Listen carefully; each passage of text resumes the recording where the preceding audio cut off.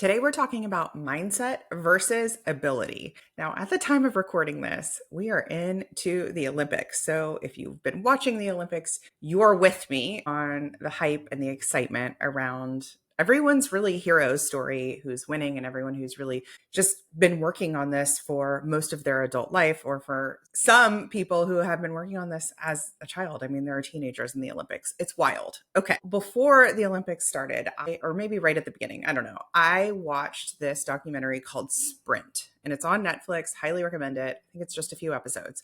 And it really just is a look at the training and the lead up for the track runners, like 100-meter, like sprint runners, right? For the US team, Jamaican team. I think they just focus on those two teams.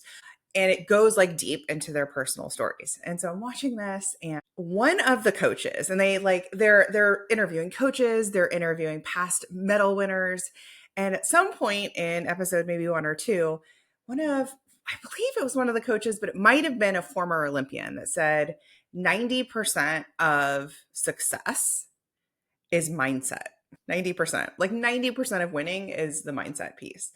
Now, I was watching this with a friend, and at this point, it like sparked a debate. And so we're pausing it, and my friend is basically like, nah, I don't buy it. Like, there is so much natural born ability baked into their success. Like, what we're looking at here is so much ability, and mindset is icing on the cake, right? Mindset pushes you over the edge. And I was like, totally disagree. And so we're at this kind of crossroads, both kind of, friendly arguing our own point. And I'm like, listen, this is what a former Olympian said. Like, they are probably onto something. And as we continue the documentary, this idea of mindset really, really keeps coming up. And at some point, I don't know if my friend's belief was totally shifted, but I would say the door is now open. They're like, oh, this is interesting. So I want to dig into that concept today and how it is affecting your nonprofit growth, how it's affecting your day-to-day enjoyment or dissatisfaction of what you're doing. So I will give you a couple of examples of this and some actual science-backed studies to back it up that will blow your mind.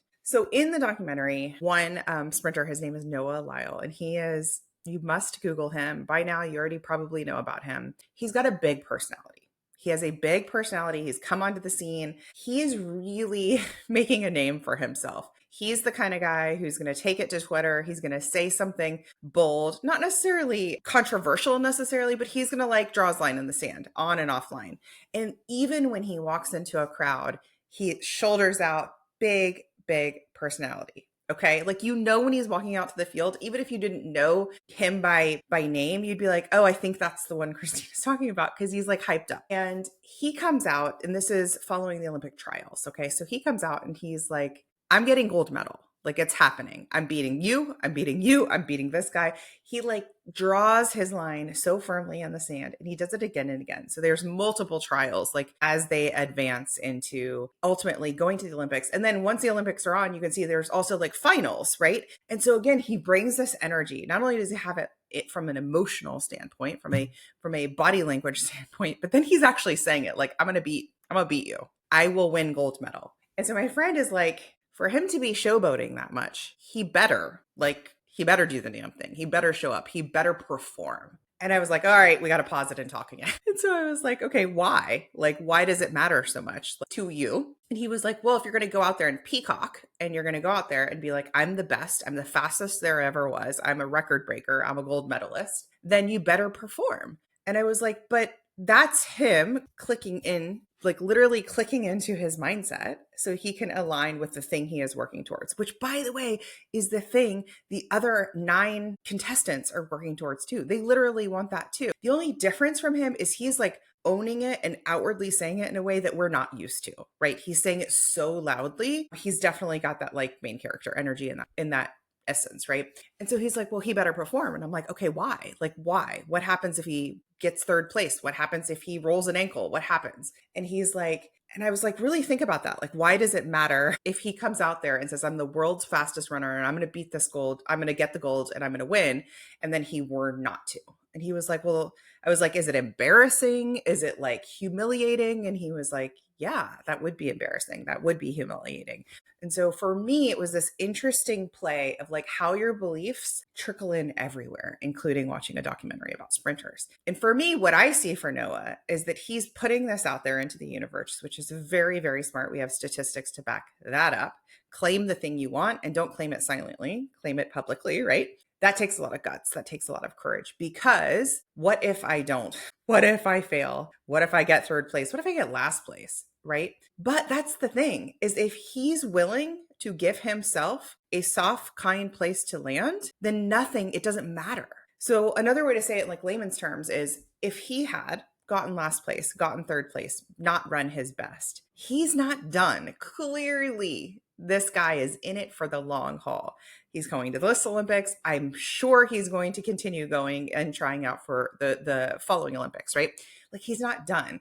And when you see your life, when you see your goals as like linear in that way versus like a door slamming, if you do or don't get it right then and there, I find it will get you to success faster and it won't freeze you up when it doesn't go as planned, right? So if he does get third, he's like, well, crap.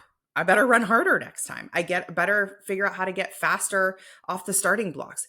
It just becomes like math, right? But that mindset, y'all, that mindset is everything, which, spoiler alert, at the time of recording this, he did win gold, which is so fun. It's so fun to watch somebody who is willing to courageously say, I want this. Again, so do all of the other people running. I'm going to get this. This is mine to get. And for him to get it. I just think it's so fun. And I also know if he hadn't placed, if he had gotten silver, he would have been like, all right, where do I need to tighten up? Where do I need to work on this? What can I do to make that 0.4 second change that will get me to where I want to be? So that mindset thing, that willingness to shoot your shot, that willingness to peacock, how could you do that? As I was preparing for this and writing my notes, I thought about like this idea of like, what if your nonprofit said to your constituents, your subscribers, like we're going to do $1 million in funding this year. What if you said that by December 31st, we will have brought in $1 million in funding? Let's say that was an expansive stretch goal for you. Why wouldn't you say that? Why wouldn't you say that is probably the fear of what if we don't? Then I'm going to look like a ... loser. I will look like a failure. I will disappoint people. But the truth is, you will also inspire people if you finish that sentence. Right? He goes on to say, I'm going to jump back to Noah here. He goes on to say, how does a kid with asthma, with dyslexia, with ADHD win the gold? Don't know, but here I am. I found it fascinating that he has asthma. I have one child with asthma. I find that inspiring and reassuring and exciting. And it's like, oh, that's so cool. Like it's so aspirational. What if you did say that to your subscribers? We're going to do $1 million in funding. And it's not just the million, right? It's what's possible with the million. The difference here is you may be saying, okay, yes, and I've done that, but did you do it as much as he did? Like he goes out every day and he goes out on Instagram, on Twitter, on wherever he hangs out. And he's like, gold, the gold's mine. Like how often are you claiming that? How often are you going to say, we're going to be the largest diaper bank on the East Coast. We are going to be the biggest blah, blah, blah in the community we serve, the largest food bank, right? And it isn't, again, about being the biggest or the best, but the most. So however you would say that, how often are you saying that? How willing are you to claim that, right? Because people will want to see you win. People want to see you win. And when you say things like that, you start to grow the people who become ambassadors, social street teamers, right? Who want to actually go, how can we help? I like what you're saying. What you're saying is totally different than the other diaper bank, the other food bank. How do I get with you? How can I help? So now we're going to dig into some of the data I have to back this up. Okay. So there was this study and it was called the milkshake versus protein shake experiment. And so it was in 2011, so fairly recently. And so I'll read you the study here. And this is really the mind versus body connection here. Okay. In 2011, there was a study and participants were given a 380 calorie milkshake. Now they were split up into two groups. Okay. Now one group was told that this was a sensible 140 calorie shake, that it was nutritious and sensible and good for you. The other group was told this was an indulgent 620 calorie shake. Okay. So one sort of gave it the good, and the other group said this is going to be indulgent and bad, right? And here's what they found. Okay. Before and after drinking the shake, researchers measured participants' levels of ghrelin. That ghrelin, if you're familiar with diabetes, you know about this. So basically, is a hormone in the gut that signals hunger. And so the participants who thought they were drinking the indulgent shake had a steeper decline in ghrelin levels, while those who thought they were drinking the sensible shake had a flatter response. This suggests that the body can respond differently to the same food depending on how it's perceived. What? Same food. All it was the positioning and packaging, and it informed how literally your physiology responds. Okay. I'm going to give you one more. Remember what we're talking about here, mindset versus ability, which matters more. Okay. So this was a study in 2006 called Understanding the Context and Consequences of a Weight Loss Intervention in Housekeepers. Okay, so what they did here is they basically had two groups of housekeepers, and they said, let me go through these two groups and see how their beliefs affected their actual health and fitness. Okay, so they were divided in two groups. One group was informed that housekeeping was a form of exercise and it could help them meet their physical activity levels and improve their overall health. So they're basically saying, your job is actually improving your health, right? This is a great exercise. The other group was just not given any information. So they weren't giving negative information, just none. Both continued their work as usual. Okay, so they recorded them for several weeks. So the group that was informed about the health benefits of their work showed significant improvements in their health markers. Okay, a reduction in body fat, increased physical fitness, and improved their weight comparable to their baseline measurements. They lost weight. What? The group that didn't receive any information about the benefits had no significant changes. Okay, so this research shows how our beliefs about the nature of activities can influence their health and actual impact on their well-being. Think about that. So that tells me, I believe that certain people have a baseline of like, you're maybe a fast runner. You always have been. Yeah. Or maybe you've got a baseline of, since we're talking about athletics, flexibility, whatever, physical fitness in some way. I believe that yes, that there's that. There is a natural ability baked into these sprinters. But I believe there are a lot of people who have that natural ability. And the people that we see competing at the highest level, that is a mindset game. That is a mindset game. That is not about them simply just having the strongest legs, the strongest stride. That is about how they talk to themselves. A few weeks back, we had an episode that used this idea of another Olympian's journal where she was like writing in advance her future self. Today, I will win the medal. Today, I will win the trials. This is my race to win, right? That's it. They are ninjas at mindset. And that what I think is really fascinating is because we miss it. I think the average person misses it.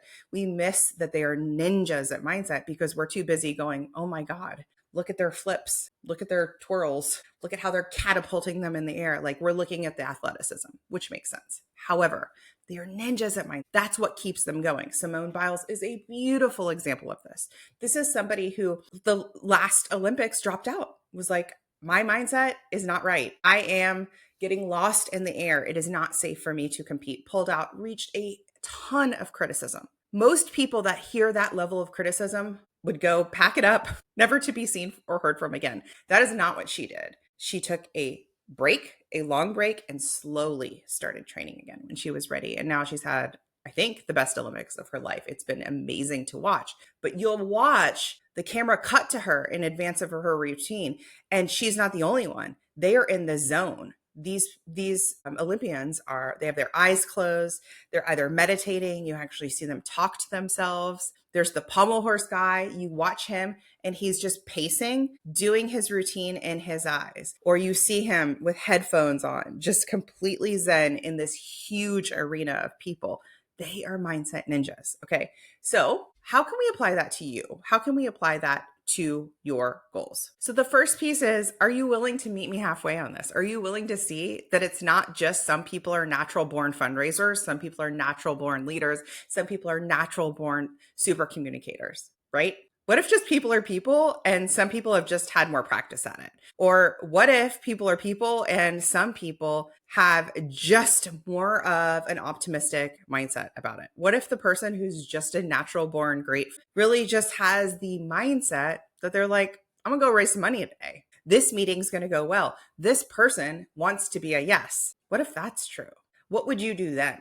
What would you do then? So before you send another email campaign, start another online fundraiser, create another direct mail appeal, I would check your mindset and I would check where you are on your own ability. Like, where do I think that I'm lacking? Where do I think that I could use a little boost here. And there are tactically some things you could do. You can do what that Olympian did, and you can journal, and you can actually write from your future self. What do you want to happen? What do you want to happen? What is the outcome of this appeal, email campaign, fundraiser? What's the best case scenario? Write that out. Don't keep it to yourself though. And that takes courage, just like Noah Lyles. Like, it takes courage to write that out and then tell someone, right? We're doing 500,000 this year. We're doing 1.5 million this year. This fundraiser is going to be our biggest fundraiser we've ever done. That takes guts, but that is the guts worth having. And if you're with me, that your mindset is in fact informing the words that you write in an email or appeal, the phone call that you make to a funder, how you show up, right? Then that's something that you want to like calibrate to work for you, right? It's almost like this idea of your beliefs, your mindset being like cologne. Yeah. And bad cologne you can smell from a mile away. Good cologne you can smell from a mile away, right? So it's like, how do you want to have your cologne on? How do you want to smell? What does that look like? And when you notice you got that bad cologne on, how do you want to shift in and put on something that smells and feels better, right? And for me, it's just identifying, sometimes it's like, let me get all the bad ideas out first. So if I'm in a loop, in a negative space, I literally will write them out. Sometimes I'll write them out in the notes of my phone. Sometimes I'll write them out by hand just to get like, let me get all the junk out, right? So if we're thinking about these Olympians, it may be, I'm not fast today. My shins hurt. It could be, I don't have it anymore. What if so-and-so beats me, right? That would be their brain dump, right? Now yours may be, I feel like I've tried it all. I'm not sure what else I can do, right? That sort of resignation feeling, or that feeling like there's not enough time. So I get all those out first. Okay. And then I write out what else is also true. What else is also true here? Or I'll go to bat and say, how is this not true? That can be a really good prompt. How is it not true that I've asked everyone? How is it not true that the belief that no one else wants to help or no one else wants to give? And really start to drill down and show yourself the people who do show up, the people who respond to emails, the last 3 people who have made a donation, the 3 ambassadors who boosted up your cause on your last online fundraiser. Really think about them, those board members who you can always count on. How can they help? That can be really, really helpful just to do that shift and reframe when you're in that space. And then you can go to the future place, which is what I would do, especially leading into your end of like, all right, it's December 31st. What outcome has happened? And let yourself dream. Let yourself have fun with it. Let yourself not be so damn realistic. Like, let yourself say, what happened? We got the donor match. It was even more than I asked for. We secured 5 new prospects that I was able to take, turn into donors and have donor conversations with. We got 5 new sponsors, right? So-and-so referred us, gave me a warm intro. Maybe it's even impact focused. Like, the new program was fully funded, able to hire a new staffer, something like that. Like, what does that piece look like that you're trying to create? And write that out and practice it often, or reference it back. You can keep it in the notes of your phone. Okay. So ask yourself, how can I use this data? How can I use these studies? Like, where am I telling myself that something is a milkshake, but it's actually a protein shake, right? Where can I show myself this is a protein shake? This is good for me. This is work worth doing, right? Where can I show myself that ability got me in the door, ability got me here, but the rest is really my thoughts and how I'm thinking. This is a lot of the work we do, y'all, in the club, in the Purpose and Profit Club, my group coaching program. At the time this episode is being released, doors are open. So you can click the link in the show notes and learn more about it. But I want to just give you this secret is you have in the club the templates, the tools, the video lessons, the training, the skill building. And that is so much of what you need ability rise, right? But the rest, the piece that keeps you from feeling burnout, the piece that keeps you from feeling overwhelmed, the piece that really helps you write in an email. I'm thinking of a client right now. She's like, I wrote 10 emails and it took a few hours. The whole campaign's done. She hit that level of flow from this place, from a positive or a growth mindset, from the place of it's done, it's working. I know people want to help our cause. I'm writing to the people that want to help our cause. And when you're in that space, it pours out of you versus like that grind, right? Versus that feeling of just like, oh, it's so heavy, it's so hard. Everybody knows how to fundraise from the it's so heavy, it's so hard. Everybody knows how to tell a story from that place. Okay. What if we tell a story from, it doesn't need to be heavy or hard. How can I make this easier? How can I make this lighter? How can I make this more aspirational? How can I come from the place of it's working, right? And I'm claiming it, and what comes out there. And I would argue too, the calls you would make, the text messages you would send, the people you would ask for help when you're in that growth on mindset space, that's the ticket. Like that's where you start to see that snowball effect, that ripple effect where you're like, people are looking at you going, how'd you do it? How did you guys grow so much? Gosh, I'm seeing y'all everywhere. Y'all are on my feed. So-and-so just told me about you. You guys are everywhere. Yeah. Because like attracts like. People are drawn to that. Like people, again, they want to be part of that winning team. They want to be part of your victory lap. They want to be a part of that change. So let them. But you have to ask often, and you have to ask from a place that sounds bold and compelling and exciting. Not that sounds from have to, should. Yeah, you with me? So if you're with me and you're starting to see that 90% of it really is mindset and the rest of it is that ability and that repetition, right? That idea of like, and we go, and we go, and we go, right? Then think about how you can start to incorporate more of that mindset piece in every single day of your life. You can start with meditation. You can start with journaling. You can literally start by just telling people your goals. And yeah, it's going to feel a little like, am I really doing this? What if I don't? But take that first step, start really shoulders back, owning what it is you're after, that impact you want to make for your cause, and watch your support increase and watch your enjoyment, your satisfaction of what you're doing increase. Like the two go hand in hand.